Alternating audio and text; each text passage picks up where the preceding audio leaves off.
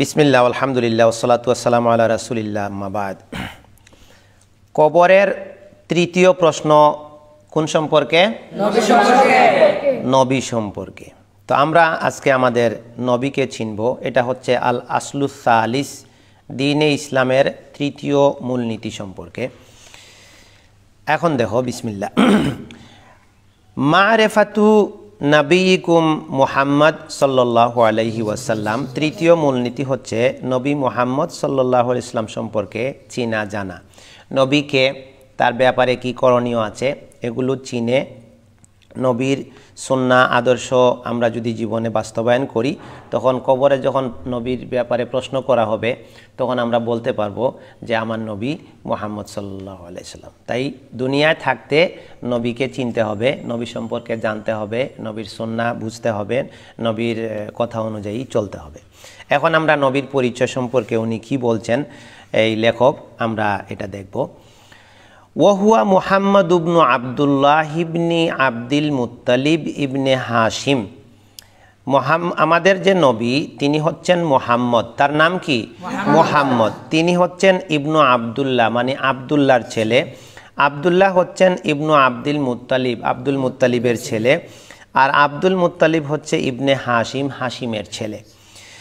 আর ওয়া হাশিমুন মিন কুরাইশ, হাশিম কোন বংশের মানুষ? কুরাইশ বংশের ছিলেন।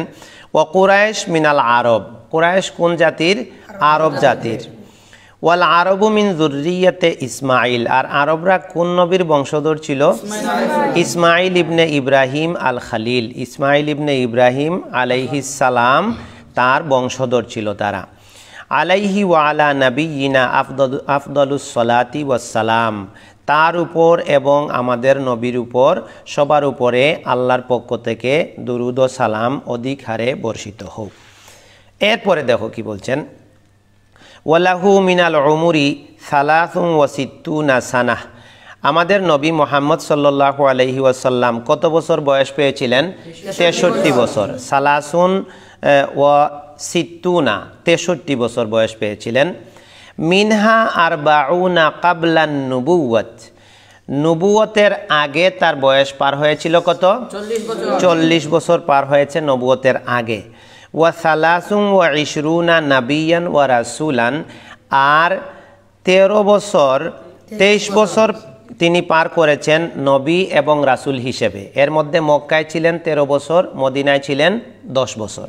এই 23 বছর হচ্ছে নবুয়ত হিসেবে, নবী এবং রাসূল হিসেবে। আর নবী রাসূল হওয়ার আগে পার করেছেন 40 বছর। এই হলো মোট 63 বছর তার জীবন হায়াত। নবী হলেন কিভাবে, রাসূল হলেন কিভাবে, এবার তিনি বলছেন। নুব্বিয়া বে ইকরা, কোরআন মাজিদে একটা সূরা আছে না, ইকরা বিসমি রব্বিকাল্লাযী খালাক। এই ইকরা আয়াতের মাধ্যমে তাকে নবী বানানো হয়েছে, অর্থাৎ তিনি নবুয়ত পেয়ে গেছেন। ইকরা তার উপরে নাজিল হওয়ার পর থেকে। ওয়া উরসিলা বিল মুদ্দাসসির, আর সূরা মুদ্দাসসির নামে একটা সূরা আছে না, ইয়া আইয়ুহাল মুদ্দাসসির। এই মুদ্দাসসির সূরা নাজিল করার মাধ্যমে তাকে রাসূল বানানো হয়েছে, অর্থাৎ বার্তাবাহক, তিনি অন্যের কাছে দাওয়াত পৌঁছাবেন। ওয়া বালাদুহু মাক্কা, আর তার দেশ হচ্ছে কি? মক্কা। তার শহর, জন্মস্থান যেটা, সেটা ছিল মক্কা। এরপর বলছেন বাআসাহুল্লাহু বিন-নাযারাতি আনিশ শিরকি, আল্লাহ তাকে প্রেরণ করেছিলেন শিরক থেকে সতর্ক করার জন্য। তাকে কি জন্য আল্লাহ পাঠিয়েছেন? মানুষ শিরকে লিপ্ত ছিল, এই শিরক থেকে মানুষকে সতর্ক করার জন্য তাকে আল্লাহ পাঠিয়েছেন, রাসূল বানিয়েছেন। ওয়ায়াদউ ইলা তাওহীদ, আর তার কাজ কি ছিল? তাওহীদের দিকে, মানে এক আল্লাহর ইবাদতের দিকে, আল্লাহর একত্বের দিকে মানুষকে ডাকা, এটা ছিল তার বড় কাজ। এর দলিল কি? ওয়াদ দালিলু কওলুহু তাআলা, এর দলিল হচ্ছে আল্লাহ তাআলার বাণী। ইয়া আইয়ুহাল মুদ্দাসসির, হে বস্ত্রাচ্ছাদিত ব্যক্তি, চাদর আবৃত ব্যক্তি। এটা এই ডাকে ডাকলেন কেন? ওই যে আল্লাহ নবী যখন ওহী পেলেন, তখন তার শরীরে জ্বর চলে আসছিল। তিনি বলছিলেন জাম্মিলুনি, অন্য জায়গায় দাসসিরুনি, আমাকে চাদর আবৃত করো, আমাকে কম্বল দাও। তখন সূরা মুজাম্মিলে বলা হয়েছে ইয়া আইয়ুহাল মুজাম্মিল, আর মুদ্দাসসিরে তাকে ডাকা হয়েছে ইয়া আইয়ুহাল মুদ্দাসসির। এই সূরায় ডেকে কি বলছেন, এই কথাগুলো হচ্ছে তার প্রতি দায়িত্ব। আল্লাহ তাকে কি দায়িত্ব দিলেন? কুম ফাআনজির, কুম তুমি দাঁড়াও, উঠো, বসে থাকার টাইম নাই, উঠো দাঁড়াও। ফাআনজির এরপর মানুষকে সতর্ক করো। ওয়ারাব্বাকা ফাকাব্বির, আর তোমার রবের বড়ত্ব শ্রেষ্ঠত্ব ঘোষণা করো। ওয়া সিয়াবাকা ফাতাহির, আর তুমি তোমার পোশাককে পাক পবিত্র রাখো। ওয়ার রুজজা ফাহজুর, আর মূর্তিগুলোকে ত্যাগ করো। ওয়ালা তামনুং তাস্তাকসির, আর অধিক পাওয়ার আশায় কাউকে কিছু দিও না। ওয়ালি রব্বিকা ফাসবির, আর তুমি তোমার রবের উদ্দেশ্যে সবর করো, ধৈর্য ধারণ করো। এই আয়াতগুলোর তাফসির উনি নিজেই করছেন। এরপরে আমরা দেখতে পাচ্ছি এই আয়াতগুলোর মধ্যে কোন শব্দের কি অর্থ লেখক নিজেই আমাদেরকে জানাচ্ছেন। ওয়া মা'না কুম ফাআনজির, আর কুম ফাআনজির এর অর্থ হচ্ছে ইউনজিরু আনিশ শিরকি, তিনি শিরক থেকে মানুষকে সতর্ক করবেন। ওয়ায়াদউ ইলাত তাওহীদি, এবং তাওহীদের দিকে মানুষকে ডাকবেন, এক আল্লাহর ইবাদতের দিকে মানুষকে ডাকবেন, শিরক থেকে বাঁচাবেন। এটা হচ্ছে ফাআনজির এর অর্থ। ওয়ারাব্বাকা ফাকাব্বির এর অর্থ কি? আয় আযিমহু বিত-তাওহীদ, আল্লাহর তাওহীদ প্রতিষ্ঠার মাধ্যমে, আল্লাহর একত্ব ঘোষণার মাধ্যমে তার সম্মান বজায় রাখো, তার বড়ত্ব ঘোষণা করো। এইটা হচ্ছে ওয়ারাব্বাকা ফাকাব্বিরের অর্থ। এরপরে ওয়ার রুজজা ফাহজুর, আর রুজ অর্থ কি? এই রুজ্জুন অর্থ মূর্তি, রুজ্জুন অর্থ কি? মূর্তি। ওয়ার রুজজা, আর মূর্তির ব্যাপারে ফাহজুর মানে ত্যাগ করো। এই দেখো, আর রুজজু আল আসনাম, রুজ অর্থ কি? আসনাম, মূর্তি। ওয়া হাজরুহা তারকুহা, আর এটাকে হাজরুন করা, ও যে ফাহজুর হিজরত করো, তার মানে হচ্ছে ত্যাগ করো, ওটাকে ছেড়ে দাও। ওয়াল বারাআতু মিনহা ওয়া আহলিহা, এবং কি শিরকের ধারক বাহক যারা আছে তাদের থেকে আলাদা হয়ে যাওয়া। তাইলে ওয়ার রুজজা ফাহজুরের অর্থ আমরা কি জানলাম? মূর্তি যত আছে, তার মানে মূর্তির সময় মূর্তি, মূর্তি ছাড়াও আরও যত ধরনের শিরক আছে, সব ধরনের শিরক থেকে দূরে থাকতে হবে, ওগুলো ত্যাগ করতে হবে। আর ওই শিরকগুলি যারা করে, অর্থাৎ যারা মুশরিক হয়ে গেছে, তাদের থেকে দূরে সরতে হবে।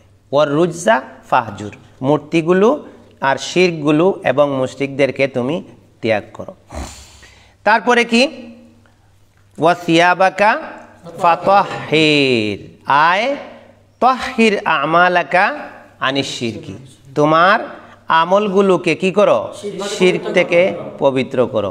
সিয়াব অর্থ কি? সিয়াবুন অর্থ কি? পোশাক, কাপড় না? সিয়াবুন অর্থ কাপড়, কিন্তু এখানে সিয়াবুন অর্থ শুধু কাপড় না, এখানে সিয়াবুন, এই যে দেখো কি বলছে, তাহির আমালাকা আনিশ শিরক, তোমার পোশাক তো পবিত্র হবে, তোমার যাবতীয় আমলকেও শিরক থেকে মুক্ত করতে হবে। এটা হচ্ছে পবিত্রতা। পবিত্রতার কয়েকটা স্তর আছে। একটা হলো দৈহিক পবিত্রতা, এটা ওযু গোসল তায়াম্মুমের মাধ্যমে অর্জন করতে হয়। আরেকটা হচ্ছে আত্মার পবিত্রতা, আত্মার তাহারত, এটা শিরক এবং গুনার কাজ থেকে দূরে থাকার মাধ্যমে এটা অর্জন করতে হয়। এরপর কি? ওয়ার রুজজা ফাহজুর, এটা আর রুজ আল আসনাম, রুজুন হচ্ছে আসনাম, মূর্তি। ওয়াহাজরুহা তারকুহা, আর এটা ত্যাগ করা হচ্ছে, ওটাকে ছেড়ে দিতে হবে। ওয়াল বারাআতু মিনহা ওয়া আহলিহা, এবং যারা শিরক করে তাদের থেকে দূরে থাকতে হবে। এরপরে তিনি কি বলছেন? তাহলে এই আয়াতগুলোর মাধ্যমে আল্লাহর নবী রাসূল হিসেবে প্রেরিত হলেন। কি হিসাবে? রাসূল হিসেবে। তার মানে আগে তিনি ইকরা এর মাধ্যমে নবী হয়েছেন, আর মুদ্দাসির সূরা নাজিল হওয়ার মাধ্যমে তিনি রাসূল হয়েছেন, অর্থাৎ তাকে বার্তাবাহক বানানো হয়েছে, প্রচারের দায়িত্ব তার উপরে দেওয়া হয়েছে। তিনি দিন যেটা ওহী তার উপরে নাজিল হবে, সেটা তিনি কি করবেন? এখন প্রচার করবেন, মানুষকে জানাবেন। ওই যে কুম ফাআনজির, তুমি দাঁড়াও এবং মানুষকে সতর্ক করো। এরপর কি বলছেন? আকাযা আলা হাযা 10 সিনিন, এই যে নীতিগুলো, আদেশগুলো ছিল, কি বুঝলা? এই যে আদেশগুলো ছিল, এই আদেশগুলোর উপরে তিনি 10 বছর ছিলেন। কত বছর? 10টা বছর। ইয়াদউ ইলাত তাওহীদ, তিনি মানুষকে তাওহীদের দিকে ডাকতেন। ওয়া বাদাল 10, আর 10-এর পরে উরিজা বিহি ইলাস সামা, তাকে আকাশে উঠিয়ে নেওয়া হয়েছিল। ওই যে মেরাজের ঘটনা, নবুয়তের পরে, এটা হিজরতের আগে ঘটেছিল, এই জন্য তিনি এখানে বাদাল 10 বলছেন। অর্থাৎ হিজরতের আগে তাকে মেরাজ করানো হয়েছিল। ও ফুরিদাত আলাইহি সলাওয়াতুল খামসু, ফুরিজাত অর্থ কি? ফরজ করা হয়েছিল, আলাইহি তার উপরে, আর সলাওয়াতুল খামসু মানে কি? 5 ওয়াক্ত সালাত ওই মেরাজের রাত্রিতে তার উপরে ফরজ করা হয়েছিল। ওয়াসাল্লা ফি মাক্কাতা সালাসা সিনিন, সালাত ফরজ হওয়ার পরে মক্কায় তিনি কত বছর সালাতের সুযোগ পেয়েছিলেন? সালাসা সিনিন, 3 বছর। কয় বছর? 3 বছর। ওয়া বাদাহা উমিরা বিল হিজরাতি ইলাল মাদিনা, 10 বছর মক্কায় অতিবাহিত হওয়ার পর তাকে আদেশ করা হলো মক্কা থেকে মদিনায় হিজরতের জন্য। ও উমিরা বিল হিজরত, হিজরতের জন্য আদিষ্ট হলেন তিনি, ইলাল মাদিনা, মদিনার দিকে, বাদাহা মানে বাদাল আশর, 10 বছর নবুয়তের অতিবাহিত হওয়ার পরে তিনি হিজরতের জন্য আদিষ্ট হলেন। ওয়াল হিজরতু, এবার হিজরত কি?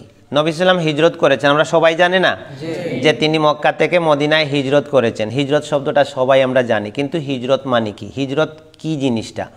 এই দেখো, ওয়াল হিজরতু, আর হিজরত হলো আল ইন্তেকালু মিন বালাদি শিরকি ইলা বালাদিল ইসলাম।